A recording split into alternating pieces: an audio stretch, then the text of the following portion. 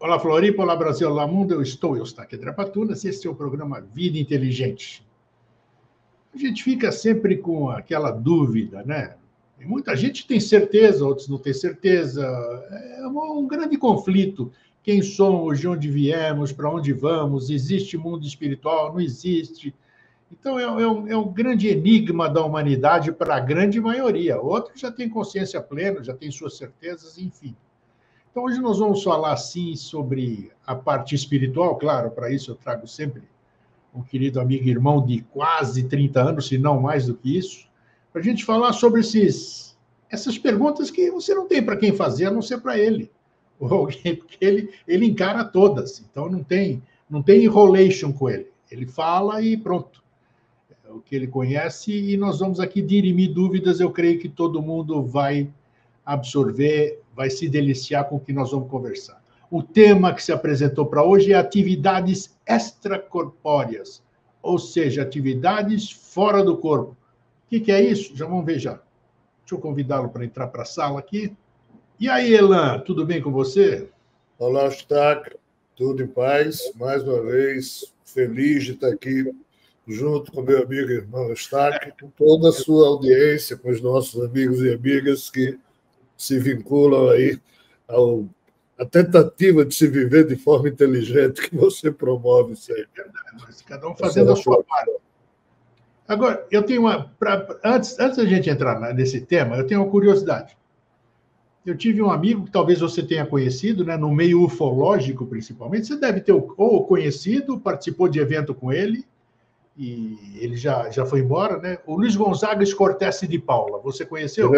Grande irmão, mora no meu coração, cara, por quem eu tenho profunda amizade, respeito e admiração. Perfeito. Então tá legal. Já começamos bem. O Luiz Gonzaga, eu já falei para ele, também irmãozão de, nossa, quantos anos, né? Projeto Alvorada e todas aquelas coisas. Um dia eu cheguei para ele, eu falei, escuta, me diz, por que só você fala sobre... Eu nunca vi, porque eu estou metido nisso há mais de meio século. Gonzaga, por que só você fala sobre esses seres, dá o nome deles e tudo isso aqui, e ninguém mais fala desses seres? Aí eu não me lembro o que ele respondeu, mas onde eu quero chegar é, por que só ele falava daqueles seres e ninguém mais escrevia sobre aqueles seres, que você conhece bem o que ele descrevia, né? Tudo. Sim, eu li todos os livros dele, li os livros dele. E até ele, pena que ele foi embora, né? Eu cobrei dele a parte 2 do Herança de Elisa, né? E era um livro muito legal de ler. Ele foi... Então, agora, voltando, por que eu falei do Luiz Gonzaga?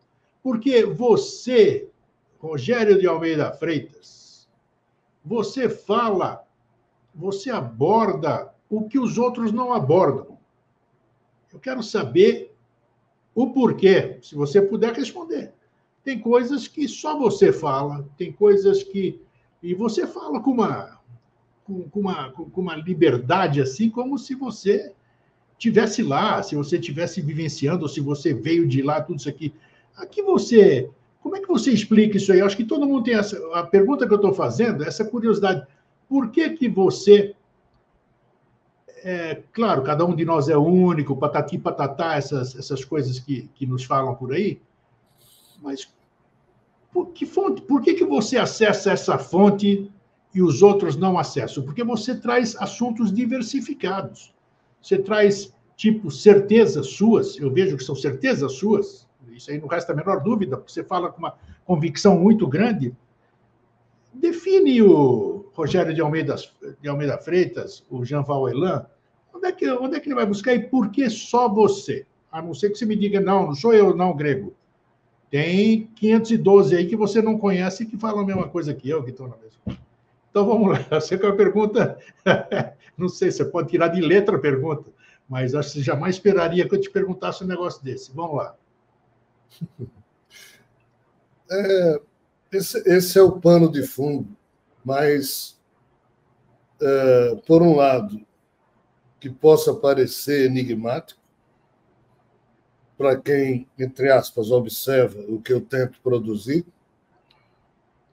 porque, efetivamente, dos 54 livros que eu produzi até agora, sim, e das 1000 palestras de 2, 3 horas cada uma sobre assuntos diferentes, e não é 1000 metaforicamente, não, é literalmente a coisa, é muito complexo. Então, assim, uma vez eu fui perseguido por uma pessoa que trabalhava numa certa agência de inteligência, e ele terminou me dizendo, quando ele cruzou comigo em vários lugares, eu disse, olha, nós temos 2 alternativas, ou eu chamo a polícia, ou você... Aí, e ele segurando lá uma pasta, ele só andava de terno, coisa e tal, eu disse, não, é porque eu trabalho para uma agência de um país X, e como ele me pediu reservas, eu também não vou extrapolar, de faltar com a ética que eu dei minha palavra a ele, do jeito que ele deu a palavra dele a mim, se é que isso existe ainda no mundo de hoje. Claro. Em resumo, ele trabalha para uma agência que presta serviços a uma instituição estadunidense que trabalha para não sei quem. E na inteligência artificial lá, olhe bem, tá? Na inteligência artificial que ele já tinha há uns 15 anos atrás, olha, a tal inteligência artificial disse para eles que a obra que eu produzia não era de origem humana. Opa. Ou seja, as ideias, as formulações, e por isso ele me perseguia. Porque ele queria checar as minhas fotos. Né? E aqui entra o lado enigmático da história. Porque, assim, de fato, eu, enquanto Rogério, sou só um ser humano, como qualquer outro. Eu, por mim mesmo, não estaria fazendo nada do que terminei vindo a fazer. Eu preferia estar curtindo a vida de outra forma.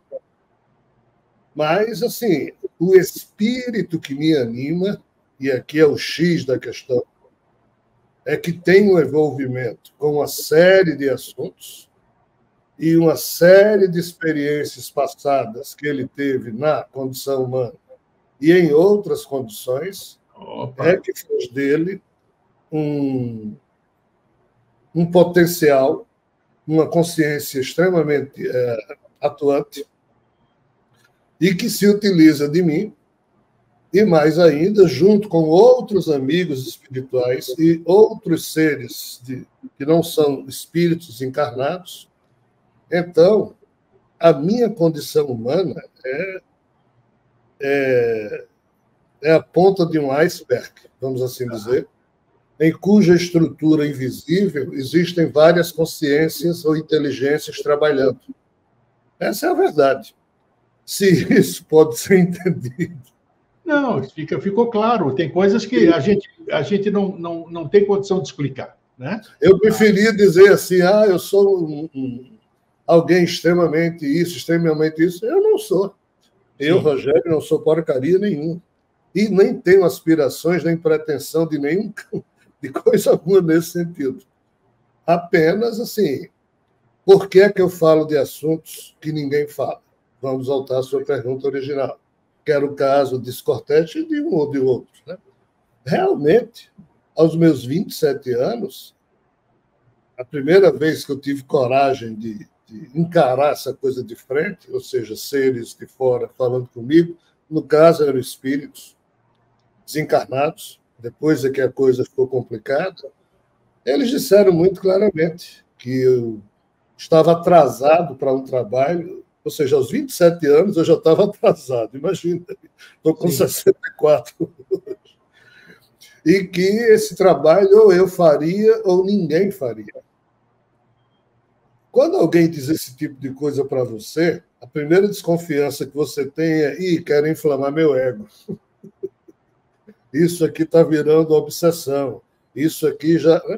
Aí, quando eu perguntei, e o que vocês querem que eu faça? E quando eles disseram escrever, eu me lembro que eu sorri, porque eu não sei escrever.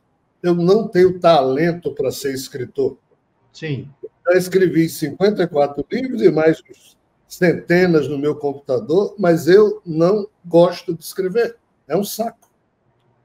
Entendo. Quando ele disse isso, eu disse, cara, vocês erraram feio de endereço, porque a única coisa que eu escrevi na vida foi a redação do vestibular, quando eu tinha... Isso, do ginásio, né, que a gente fazia.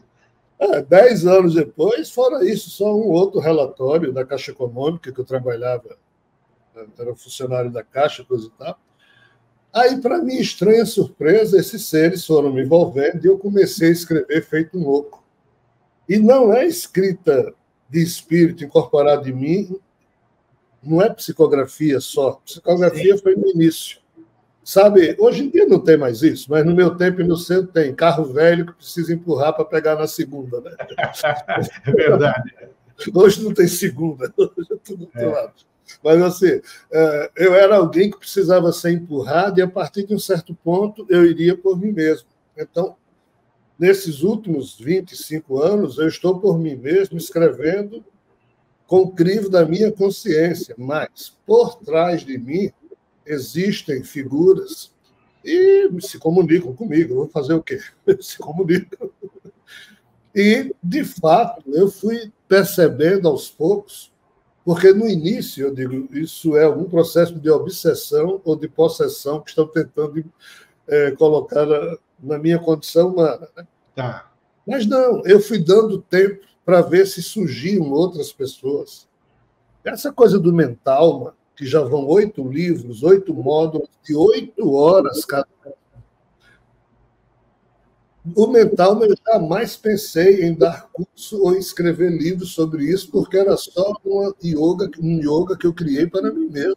Entendi, sim. Está entendendo? Então, muita coisa eu tive que fazer, eu tive que embrulhar como se eu estivesse escrevendo para as pessoas, porque no início eu pensava que eu estava só organizando um estudo sistemático para mim mesmo e depois ver se aquilo teria utilidade. Mas aí, em resumo, hoje estou com 64 anos, olho para os assuntos que eu encaro e não vejo ninguém na face da Terra fazendo isso. Mas foi a razão da minha pergunta? Aí é questão de canalização, Eustáquio. Por que é que isso acontece? Não é porque a Escortete, eu, ou seja lá quem for, somos diferentes na condição humana disso ou daquilo. Mas do jeito que na televisão, no rádio, existem canais de sintonia, de ressonância, cada um de nós, um ser humano, é uma antena que recebe e emite. O quê? Bits, informações. Então, da sua emissora, você é o único locutor. É isso, né? Podemos dizer assim. Esse é o único canal. Existem muitos canais parecidos uns com os outros, que é um pouco mais do mesmo, mas que tem a sua função. Tudo na vida tem a sua função. Não tenha dúvida, claro. Só queria saber os porquês, né? Porque é curioso. Porque, assim, segundo eles, a humanidade sempre estaciona num degrau da escada. Isso seria um comportamento meio apolíneo, como Nietzsche, nos seus livros, apontava, né? Que há 2 tipos de ser humano, falando de forma bem simplória. Os seres humanos parecidos, ou que funcionam na moda do deus Apolo, do panteão grego, que é aquele humano tipo rebanho, que vai para onde todo mundo vai, que faz como todo mundo faz, que obedece. Né? E tem o ser humano mais dionisíaco. Aí entra o exemplo de outro deus do panteão grego, Dioniso, ou Dionísio, né? Que é um deus totalmente diferente de Apolo. Dionísio já defende que cada um deve viver plenamente a sua vida e pague o preço, ou seja, é diferente. Tem o rebanho humano, apolíneo, e tem os dionisíacos. Aí o que é que Nietzsche diz? A humanidade, o pouco ou muito que ela evoluiu, ela o fez porque homens e mulheres dionisíacos, em alguns momentos da história humana, produziram novas ideias. Porque pela turma apolínea nunca surgiria nada de novo, porque a turma apolínea está estacionada num andar, num degrau dessa escada ascensional. Os dionisíacos, eles ou vão para cima ou vão para baixo, mas faz algo diferente. Eles não ficam ali, entendeu? Então, assim, os dionisíacos é que trazem algo de novo. Eles sobem um degrau, aí quando você sobe um degrau na escada, você enxerga mais longe do que quando estava no degrau de baixo. Aí você diz, ei, pessoal, eu estou vendo isso. Aí a turma que está lá no degrau de baixo diz, desce daí, mentiroso, você não está vendo nada. A gente aqui não está vendo, como é que você está vendo? Então, assim, essas canalizações muito específicas, o mais do mesmo é para organizar o que já está conhecido naquele degrau. Interessante, eu acho. Aí, essas canalizações mais singulares, que podem também estar erradas, não tem garantia de certeza. Claro. Mas são essas tentativas da humanidade ser movida, ou de alguns seres humanos serem empurrados por uma força, para que eles façam algo e, vamos assim dizer, ampliem a perspectiva das possibilidades humanas. Então, a resposta é por que isso acontece com... É questão de canalização. Quando seres lá fora escolhem, mexem os botões e nós aqui, humanos, podemos ir ou não nessa onda. Eu hesitei muito tempo e até hoje hesito. Por quê? Porque eu não tenho muitas certezas daquilo que faço. Por quê? Devido ao teor, à loucura dos assuntos. Foi o que eu falei. Mas achei que foi muito interessante a gente abordar isso, que satisfez, apesar de que o buraco é muito mais embaixo, né? A gente só falou da parte de cima, mas tudo bem, já ficou, pelo menos ficou inteligível. Pois bem, isso que nós conversamos está dentro das atividades extracorpóreas, que é o tema de hoje. O Elan que está falando agora comigo e o Eustáquio que está aqui, nós estamos aqui ou estamos concomitantemente em outro lugar? Nós dois estamos em vigília aqui. Estamos conversando por um canal eletrônico, que é a internet, essa virtual. Nós estamos aqui somente ou estamos, nesse momento, em outros lugares também? Estamos também em outros lugares. Caramba, olha aí. Vai, só que esse conhecimento ele não é trivial. Há cerca de 2.700 anos atrás, Siddhartha Gautama, Kapila, Patanjali, Jina Mahavira, essas 4 figuras nasceram onde hoje é a Índia. E cada um deles, à sua forma, da sua maneira, produziram novos conhecimentos que rompiam com a questão do domínio de seres de fora, o deuses sobre os humanos.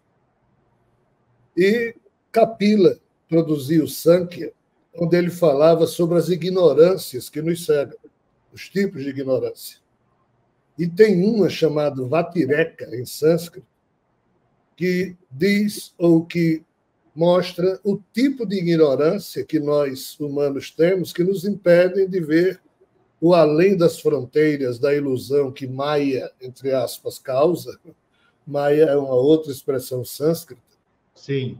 E o ser humano se ilude a tal ponto de, além de não ver o que está além, pensa que a única verdade que existe é, entre aspas, a faixa de realidade na qual ele está inserido. O nome disso, Vatireka, em sânscrito, e para você, entre aspas, romper isso, para você afastar esse véu da ignorância, para você descerrar os véus, porque, como Kapila disse, é mais de um, são diversos tipos, aí é um clique mental, é um processo mental que o ser humano produz aqui dentro, ou alguém produz para ele, alguém aperta algum botão aí, e essa coisa funciona. Que coisa! A multifaceta, o lado multifacetado do eu humano. Porque, assim, o eu humano não está dentro aqui desse corpo, nem do corpo de Eustáquio, nem de ninguém. Do jeito que um rádio fala, mas o locutor não está lá dentro. Isso. Eu, Rogério, estou falando, mas aqui dentro desse corpo não tem nada, só podridão organizada, sob a forma de células, órgãos, sangue, bilis, blá, blá, blá, blá, blá, blá. Perfeito. Mas aqui dentro não tem nada. A consciência que faz com que Rogério fale, ou a consciência que faz com que um rádio fale, está fora do rádio ou fora desse corpo. Tomando isso como sendo um pressuposto correto, um pressuposto factual, aí você percebe que o eu humano ele está em qualquer canto, menos dentro do corpo. Mas a sensação que nós temos é que ele está aqui. Mas por que a gente tem essa sensação? Porque aqui dentro tem 85 a 100 bilhões de neurônios. E cada neurônio se agarra um no outro, formam um caminho aí muito estranho em que informações penetram a todo instante dentro das células neuronais. Por mais de 1000 bracinhos que cada neurônio tem, são os dendritos, essas informações entram na célula pelos dendritos e são processados pelo código neuronal de cada neurônio e só sai uma resposta. Preste bem atenção. Essa célula, um neurônio, tem 1000 bracinhos para receber informação, mas só tem um canal para a resposta que o código neuronal processa dentro da célula ser expressa. Então, nós temos bilhões de neurônios recebendo informações o tempo todo e todos eles processam essas informações e soltam a mesma resposta pelo axônio de cada neurônio. Essa mesma resposta, a pulsação dela, sobra aqui no nosso lobo frontal, no nosso córtex frontal, e isso causa a sensação de que o nosso eu está aqui. O que é que a neurociência descobriu? Quando enche a cabeça da gente com plugs, isso, e coloca no visor, aí diz, Rogério, fala. Aí o médico diz, Rogério, fala aí qualquer coisa. Eu digo, cavalo.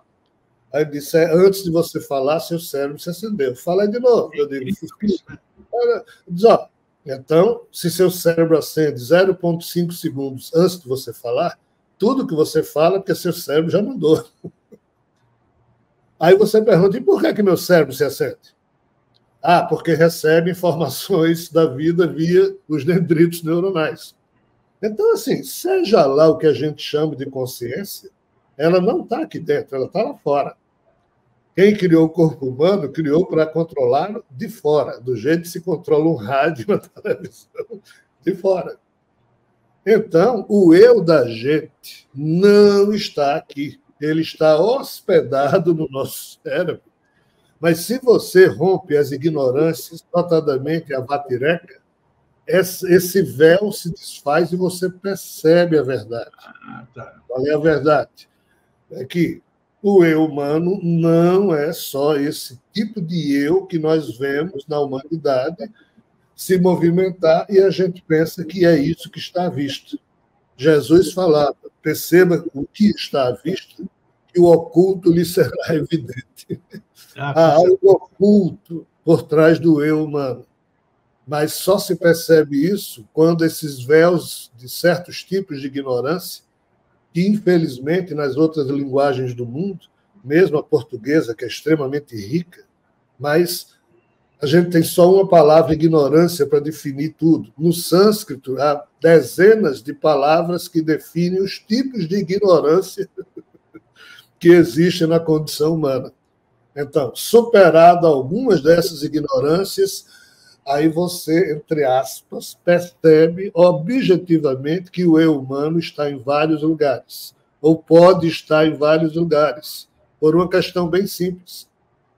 A física quântica diz que 2 elétrons, mesmo um na ponta do universo e outro na outra, eles desaparecem de lá e ficam juntinhos, se for o caso, ou um se comunica com o outro instantaneamente. Um elétron não precisa percorrer a distância entre um ponto e outro. Ele está ali e, ao mesmo tempo, ele aparece lá. A nossa consciência também é assim.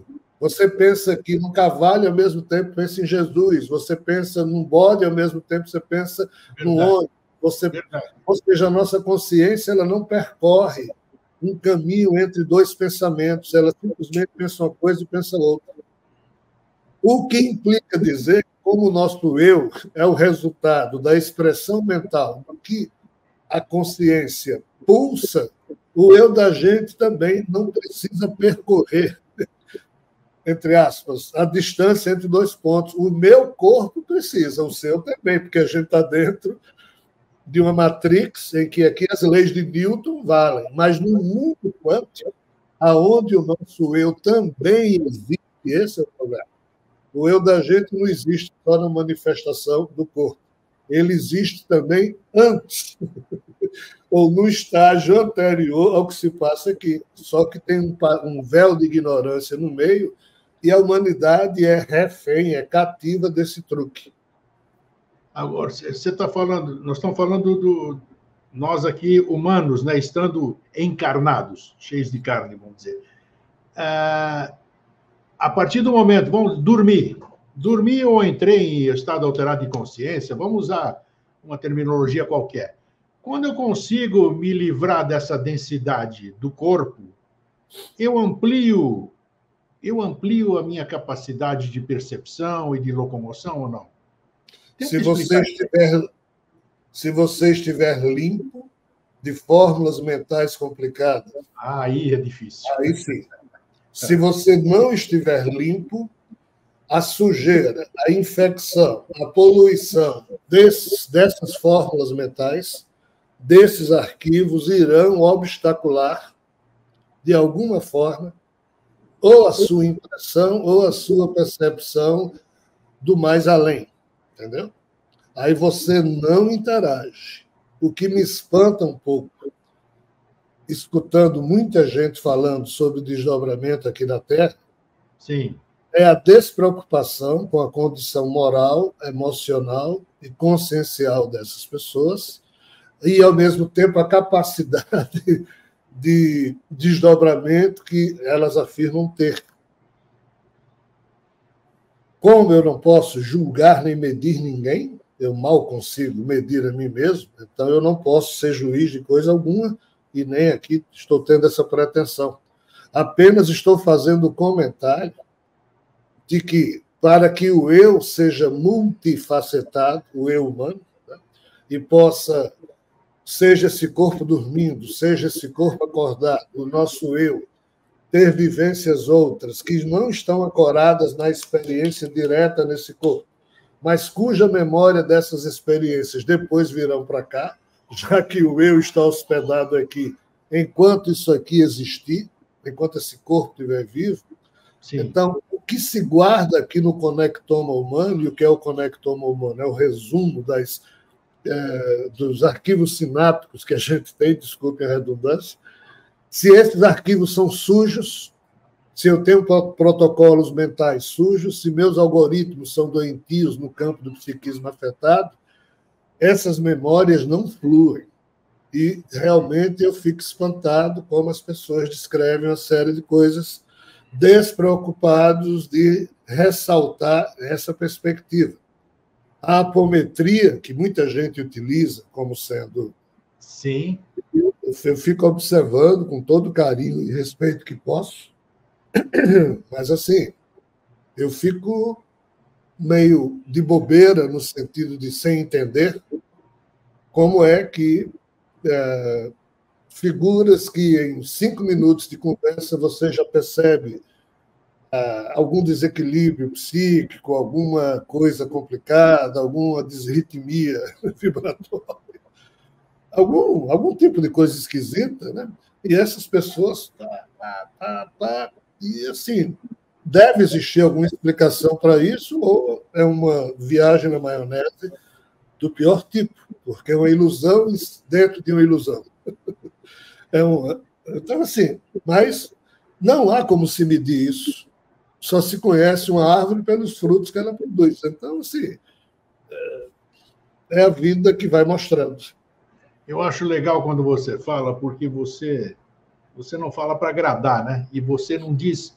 Nunca eu ouvi você falar, pelo menos todos esses anos que a gente se conhece, você falou aqui umas 15, 20 vezes já, você nunca disse que as coisas são fáceis, né? Muito pelo contrário, você mostra uma realidade, que você mostra como é que se diz? Você desanima. Vamos dizer, quem pensa que as coisas são moles, você não é que desanima, você dá um chacoalhão e acorda e falou, não é assim não como você pensa, não é as mil maravilhas, você se desdobrando, você não vai ver passarinho, anjinho voando, você vai ver coisa da brabeira. Isso aí que você acabou de dizer é importantíssimo.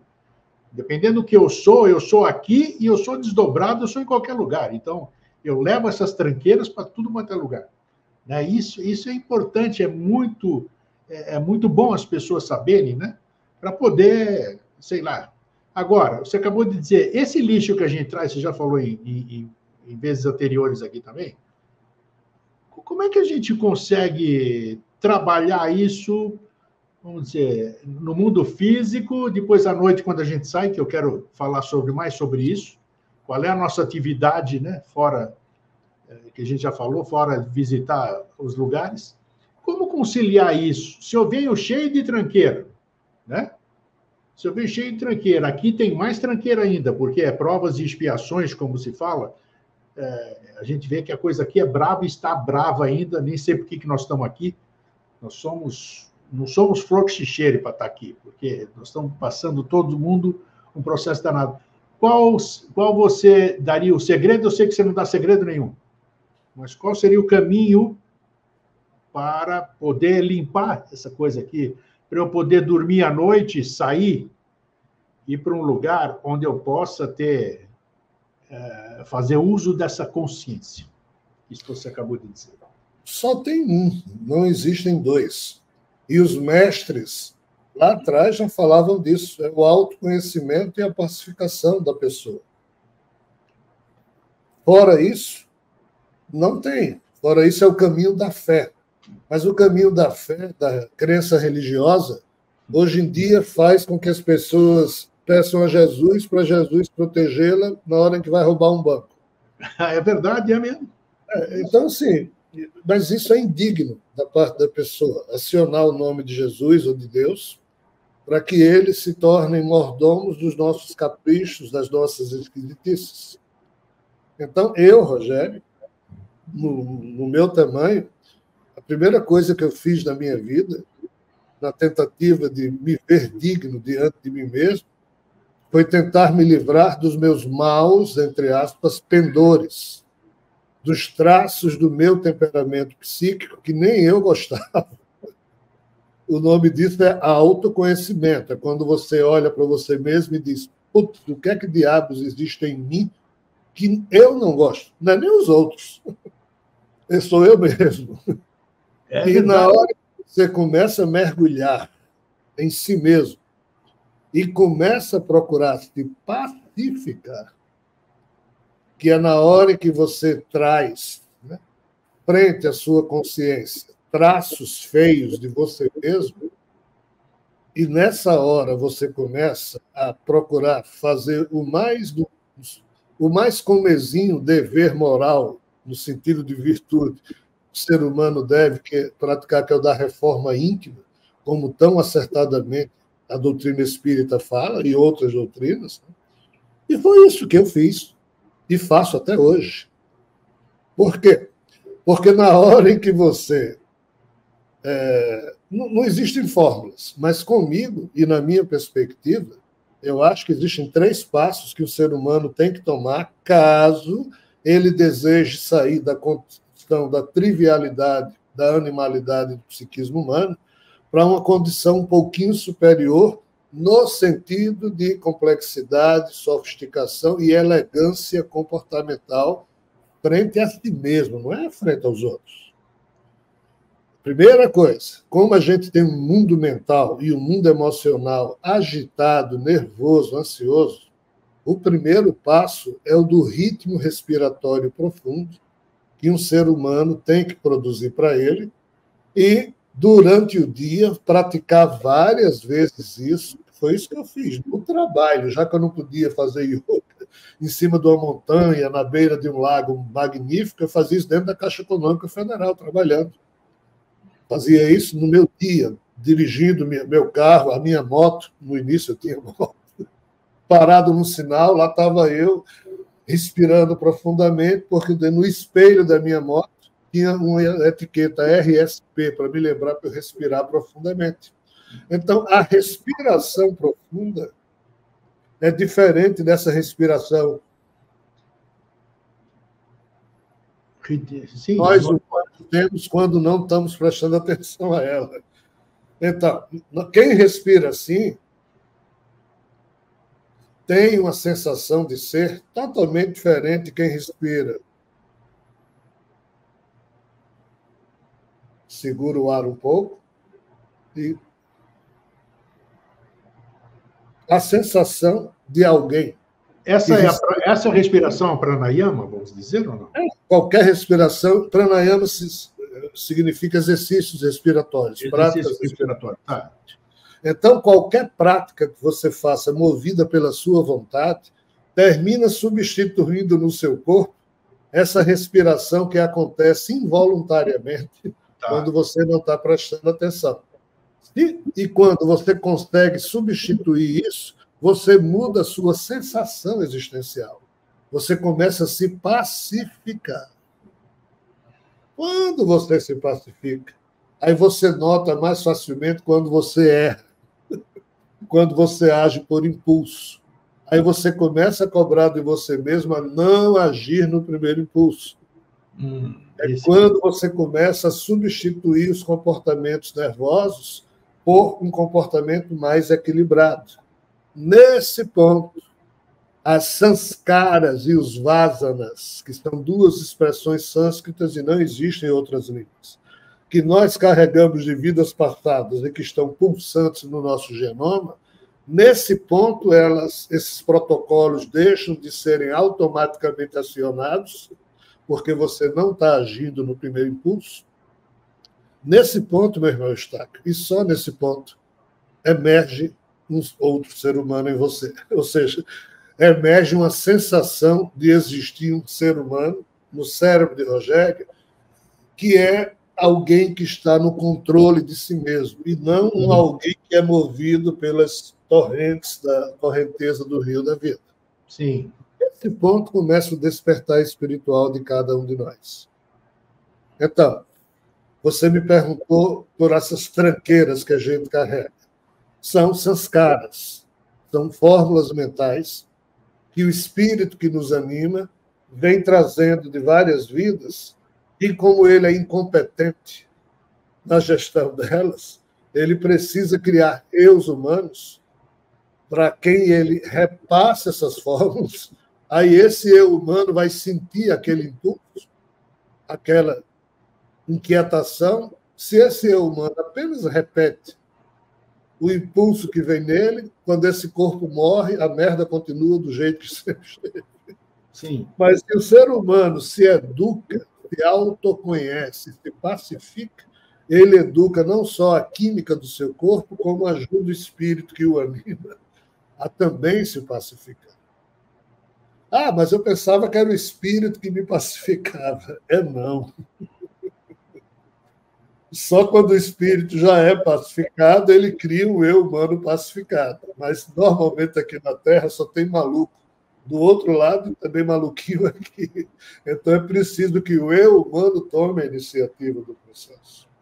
Em não fazendo isso, ninguém se limpa, porque a fé, a oração, que é um outro caminho que deveria limpar, infelizmente, não está funcionando. Você falou agora há pouco aí, faltam dois itens para você falar, né? Você falou da respiração, faltam mais dois aí. Isso. Tá. Quando a gente adquire essa consciência, por exemplo, hoje, eu fico lembrando de coisas que eu fiz no passado e não aceito. Quer dizer, eu tenho outro nível de consciência.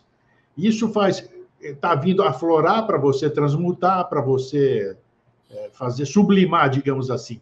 Mas aí eu vejo que eu não consigo aceitar isso, coisa que eu fazia e não faço mais hoje, quando eu vejo, mas eu me torno uma pessoa não amorosa, como deveria ser, como a filosofia diz que você deve se transformar. Pelo contrário, eu me torno meio, como é que se diz? Quando você bota o lixo para fora, você fede, não é isso? Mas, Eustáquio, me permita, eu lhe conheço há, como você disse, 20, 30 anos. E você é uma pessoa amorosa. Mas, veja só, o amor incondicional que Jesus falava não é emocional, é filosófico. Porque as emoções mudam toda hora, mas a postura filosófica não. E você é alguém que tem a mesma postura filosófica desde que eu lhe conheço. É verdade. Então, isso é um amor incondicional. Né? Só que, de vez em quando, a gente escorrega, explode, a gente chuta o pau da barraca. E eu tenho consciência, quando eu firo, quando eu faço aí, eu tenho consciência e como é que se diz, me faz mal, porque eu me sinto mal. E a gente se realinha e vê se não repete o erro. Mas felizes de nós que ainda desconfiam que erraram, que tentam redimensionar, que tentam não repetir. A turma já faz isso por profissão, a turma já sai batendo, enganando, pisando no pescoço dos outros. Então, assim, é complicado. Mas voltando aos 3 passos que eu falei, você cobrou. Vamos ao segundo. O primeiro é o uso da respiração como sendo um freio de arrumação nas tranqueiras que a gente traz de vidas passadas ou que a gente adquire nessa vida. Só um eu pacificado, e a sensação da pacificação ela só se torna real quando o ritmo respiratório é mais alongado do que o trivial que acontece quando a gente não presta atenção à respiração. Então, a pacificação via respiração é o primeiro passo. Por quê? Porque a soberania de um eu humano sobre si mesmo passa necessariamente pelo controle das emoções. E o controle das emoções passa inevitavelmente pelo controle da respiração corporal, desculpem a redundância. Então, esse é o primeiro passo. O segundo passo qual é? É você não agir nunca no primeiro impulso. O primeiro impulso é essa onda de informações que entram pelos dendritos dos neurônios e produzem a resposta no axônio, e lá vai o seu eu movido por isso. Isso não é você, é o mundo, é uma série de campos quânticos agindo sobre o seu cérebro e o seu eu vai. Isso não é você. Você não agindo no primeiro impulso, você dá tempo à sua sensibilidade mais íntima perceber que há um outro eu mais profundo em você. Tá. Então, esse eu profundo que surge com a arte de você não mais se confundir com os pensamentos, sentimentos que passam no primeiro momento na sua tela mental. Então, esse é o segundo passo, é o despertar do eu mais profundo em você, para que você não haja no primeiro impulso. Então, você já estando respirando pacificado e com o eu profundo desperto na sua consciência, qual é o terceiro passo? É você comunicar ao seu cérebro, ao invés dos outros darem ordens, você mesmo, através do diálogo interno, usa o discurso interior para você comunicar a si mesmo o que você quer fazer para que o seu cérebro produza carga peptídica vinculada a esta ordem. Ou é isso, ou o seu cérebro vai produzir a carga peptídica vinculada com... Esses 2 primeiros passos que você deu, eles ajudam a filtrar tudo isso aí que vem, que você falou agora há pouco. Você falou que nós tem um monte de coisa aí. Para eu comandar o meu cérebro, eu tenho que ter controle, como você falou, e tudo aquilo que vem de cima. O ser humano que dá esses 2 passos, ele já não age como rebanho humano e já não se sente existindo igual à maneira como o rebanho humano se sente. É uma outra sensação. O eu desse ser humano vai operar a partir de uma base pacificada e limpa. Não é que ele não erre, ele vai continuar errando, porque o genoma que a gente tem nos leva para o erro, nem que não queira. Mas ele vai ter noção de quem, entre aspas, ele é, do que ele pode vir a aspirar a ser no campo da sua expressão pessoal. Não é mágica, não é fórmula, não é truque, não é... Não, claro. É progresso pessoal trabalhado a cada segundo da existência. Tudo é muito coerente o que você falou. Por falar em obras, se você tem quase 60 livros já escritos, né? Tem algum específico que ajuda nesse processo, que mostra esses 3 passos ou não? Os 3 primeiros livros do Mentalma, basicamente, falam sobre isso. Mentalma fala exatamente sobre isso. Mentalma 2, Mentalma 3 e agora está saindo 4. São 8 módulos. Nós temos um vídeo, inclusive, já fizemos uma conversa aqui, falando sobre o Mentalma. Você acessa aí no YouTube, busca programa Vida Inteligente Mentalma, que já é o primeiro passo para você saber o que se trata e daí começar a ter consciência. Isso é muito bom. Elan, dormir. De noite eu durmo. Que tipo de atividades eu tenho? Eu vou para onde? Eu tenho a minha vida aqui, mas eu em si tem aquela conversa que diz que nós somos espíritos tendo uma experiência humana, né? Somos seres espirituais tendo uma experiência humana. Em assim sendo, o nosso trabalho maior é como espíritos, vamos usar esse termo. Então, quando eu me desvinculo aqui da matéria, toda vez que eu uso aquela coisa que nós chamamos de sono, para onde eu vou? Para onde cada um vai? Já falamos em outras vezes aqui aquela questão de socorrer, às vezes você vai participar de resgates, às vezes faz... O que a maioria das pessoas faz durante o estado de sono? Infelizmente, a quase totalidade humana foge de problemas quando o corpo pega no sono. É verdade. É verdade. Porque todo mundo atrás de todo mundo para desculpar. Fugas, são fugas. Blá, blá, blá. Quem está minimamente livre desse tipo de situação, normalmente o espírito que anima nossos corpos já está em algum nível espiritual. Então, compreenda. O eu do espírito já está lá, onde ele mora, na cidade espiritual onde ele está, ou no espírito onde ele estiver. Só que esse espírito está ligado a esse corpo, cuja sensação de cérebro pulsante promove a sensação de que aqui existe um outro eu, que é o eu humano. Então fica o eu humano aqui e o espírito com o eu dele lá. Quando esse corpo dorme, esse eu aqui não vai para lugar nenhum, porque ele já está lá, repousando no eu espiritual. Então o espírito continua agindo e, seja lá o que ele faça, ou como ele se comporte, o eu da gente está hospedado também nesse espírito. Na verdade, lá é a realidade âncora para o nosso eu. Aqui é só um anzol. Ok. Aí, quando esse corpo vai acordar, a sensação de eu volta a existir em nós e as memórias da sensibilidade do eu espiritual, em tese, deveriam vir para cá, do jeito que as memórias que se passam aqui nesse cérebro vão para lá. Mas aí tem os véus da ignorância, que separam essa sensação de eu do eu espiritual. Aí essas informações chegam deformadas, distorcidas, é tipo um e-mail em que as letras saem todas misturadas e as frases não formam. Aí você olha para o e-mail, não entende nada, ou seja, aí o nosso eu sente aquelas imagens que vêm sob a forma de sonho, totalmente maluco, às vezes sem sentido, com certo padrão de demência ou de coisa estranha, e aí, entre aspas, a gente não consegue entender.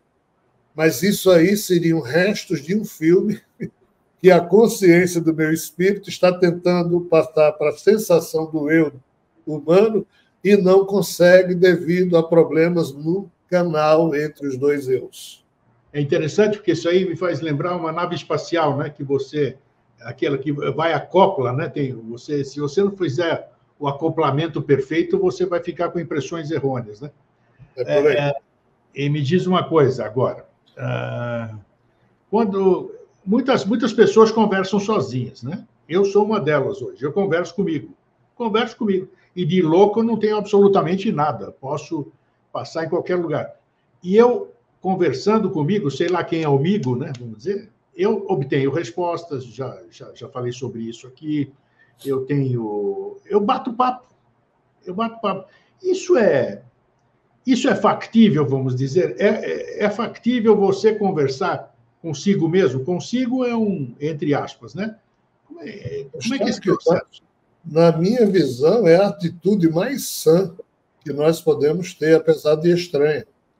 Porque a turma do rebanho olha para alguém que está conversando consigo mesmo e diz, é maluco. Esse é o conceito. Mas isso é o que Platão chamava do divino ócio. Divino? Divino ócio, porque aparentemente isso é coisa de vagabundo, de quem é desocupado. Ah, o ócio, tá. Ok? Então, o seu contemporâneo,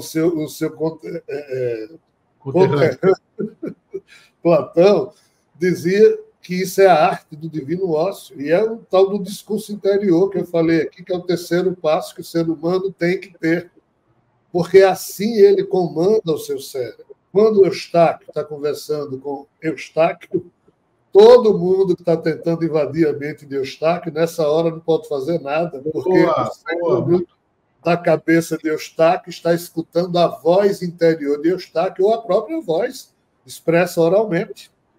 Nessa hora, o circuito se fecha e Eustáquio é 100% responsável sobre o que ele está dizendo para ele, sobre o que ele está marcando em si mesmo, e é assim que a gente se livra das más companhias, entendeu, Eustáquio? É tendo nós mesmos como uma grande companhia.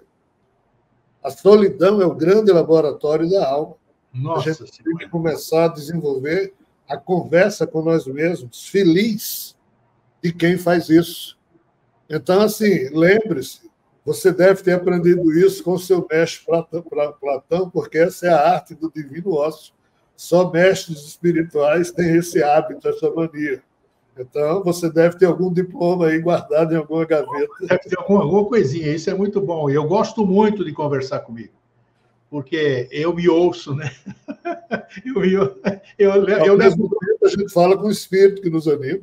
Exatamente, eu levo bronca, eu ouço bronca de mim mesmo, sabe? Então, é um processo interessante e é bom a gente abordar aqui, porque as pessoas podem estar num processo similar, conversando consigo mesmas, e achando que estão loucas, que estão obsediadas, que tem algum distúrbio psicológico, psiquiátrico, e o que você está falando serve como fomento para elas, para que elas possam se permitir a isso, né, de conversar consigo mesmas.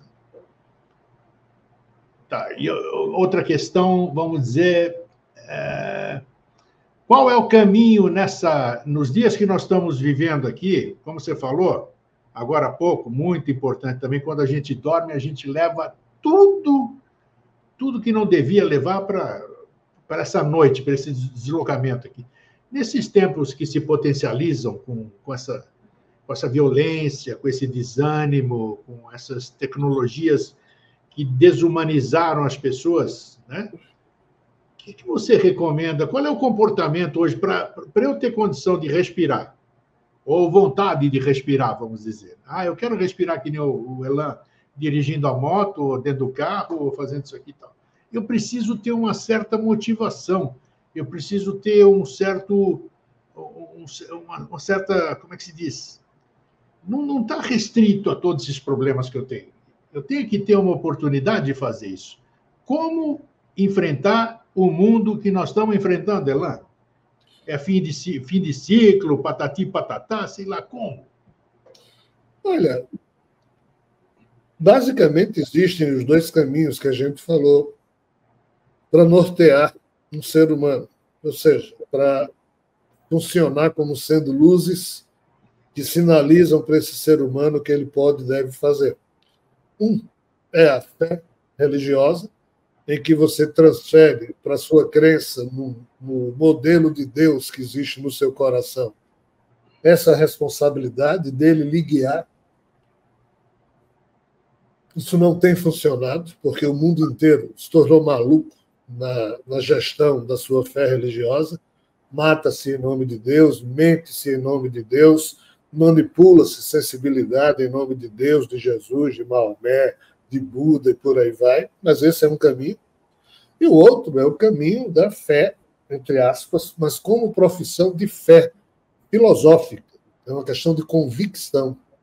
É quando você, por você mesmo, edifica ou elege ou escreve a sua constituição pessoal, os seus conceitos supremos de existência, e se deixa nortear por eles e procura se alinhar com a prática daquilo. No meu caso, eu sou alguém meio indisciplinado, então eu simplifico as coisas do jeito que posso, E, na minha valoração, usando as expressões de Nietzsche, dos conceitos ou dos modelos filosóficos que existem, aquilo que mais eu achei e acho importante é eu medir em mim mesmo se eu estou sendo digno. Digno em relação a que conceito? A expressão do bem, porque eu não sei. O ser humano não tem como provar a si mesmo se Deus existe, ou em existindo como ele é ou deixa de ser. Mas o bem, qualquer mamífero, ainda que irracional, sabe o que é o bem, porque é uma questão de ressonância límbica. Então, nós humanos, que além de mamíferos somos racionais, nós sabemos identificar o bem. E o bem, desde que você não seja um psicopata, é algo que você quer para você mesmo, então é fácil você imaginar o que os outros gostariam também de receber. Então, a prática do bem, o exercício da produção do bem, é o principal valor de vida ao qual eu me entrego, ao qual eu me alinho e do qual eu sou devoto. Eu dedico a minha vida a tentar valorizar o bem, porque o bem a gente não encontra como fruto de uma árvore ou para comprar em qualquer lugar. Ou um ser humano ou um mamífero produz o bem, ou ele não existe. Exato. O problema é que a gente vem acreditando que Deus faz o bem para a gente. Eu nunca vi isso. A religião diz, não, Deus é maravilhoso. A vida é maravilhosa. Os humanos é que são a doença da vida. Eu não sei se... Obviamente, isso é de uma indignidade total para com a condição humana. Porque eu vejo problemas no tipo de crença em Deus que a gente tem, eu vejo que a vida tem feridas e todas as espécies já nascem doentes e não pediram para nascer, então tem um problemaço aí na base disso tudo e do conceito de Deus ou de Criador que as pessoas deveriam prestar atenção. Então eu deixo isso de lado e me concentro na prática do bem, porque qualquer ser humano, mesmo cheio de defeitos, como é o meu caso, podem fazer o bem e podem se preocupar com o bem. Então, Eustáquio, esse é o meu código de vida. O bem. A dignidade de me sentir alinhado com isso. Quando eu não estou, eu procuro me cobrar. Eu não exijo isso dos outros, eu exijo isso de mim mesmo. Claro. Mas eu observo isso nos outros. Isso, e é uma coisa que eu já percebi, quer dizer, eu percebi.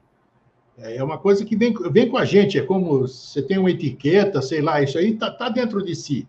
Se você for ver, tá aí o bem, esse bem que você fala, é um atributo de cada ser. Basta você desenvolver ou deixar ele se manifestar, né? Porque a partir do momento que você vai colocando coisas em cima desse bem, ele não consegue se manifestar. Mas se você afasta essas coisas, ele vai lá reluzente como um grande sol, né? Que você disse. É isso que nos faz humanos, né, Eustáquio? É o bem querer. Sem isso, a vida não tem o menor sentido.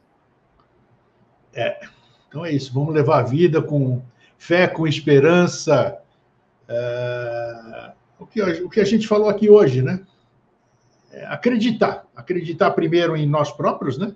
Para poder deixar se manifestar isso, fazer esses exercícios, conversar consigo mesmo, não precisa fazer isso em público. Conversa escondido no teu escritório, no banheiro, quando você for, você está viajando, está na rua, faz isso. Isso é muito gratificante. Aí você vai vir o que um conterrâneo falou também, do conhece-te a ti mesmo.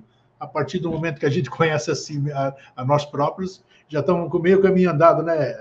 A gente abre... Isso. E você vive a vida inteira, mesmo nesse mundo caótico, vivendo, sentindo a sensação de existir de forma digna, cobrando-se de si mesmo, e se a morte abraça esse corpo, a sensação do seu eu que você transfere para a vida espiritual é a de dignidade, é aquela que você sempre teve em vida. Às vezes que esse corpo morreu, eu não enchi o saco de Deus e de ninguém, me salve, não, me preparei para morrer com dignidade, porque essa é a sensação que eu mais busco produzir em mim mesmo. Então, assim, serve para a vida, serve para a arte da boa vida e da boa morte, serve para toda a eternidade a prática do bem e da dignidade. Crença em Deus, crença em fulano, em Beltrano, aí cada um faça o que quiser. Não é isso mesmo. Eu concordo em gênero, número e grau. Acho que as pessoas têm que acreditar em si próprias, antes de mais nada. para depois poder ter consciência do todo, né? Se você não tiver da sua individualidade, você não pode entender o todo depois. É isso? É isso, meu irmão. Estamos juntos.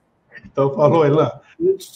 Mais uma vez, meu muito obrigado, um forte abraço. Eu acho que foi muito legal a nossa conversa.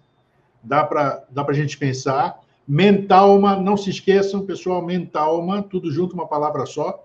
Tem aqui no YouTube, não só através do Vida Inteligente, como tem Mentalma no site do Elan, se eu não me engano, né? Tem o teu canal, sim, também tem. É. E vejam esses livros aí, ou então busque o curso em curso na sua cidade. O Elan percorre o Brasil aí, ministrando esses módulos do Mentalma, que são muito legais. Tá bom? Elan, forte abraço, meu querido. Fique bem. Obrigado mais uma vez. Até a próxima. Tchau. Conversa, às vezes é melhor sair. A melhor forma de você apaziguar o teu mundo físico é conhecer o mundo espiritual, da onde todos nós nos originamos, né? Vamos lá. É isso aí. Muita reflexão sobre o que foi falado hoje. Fraterno abraço e um feliz sempre. Tchau.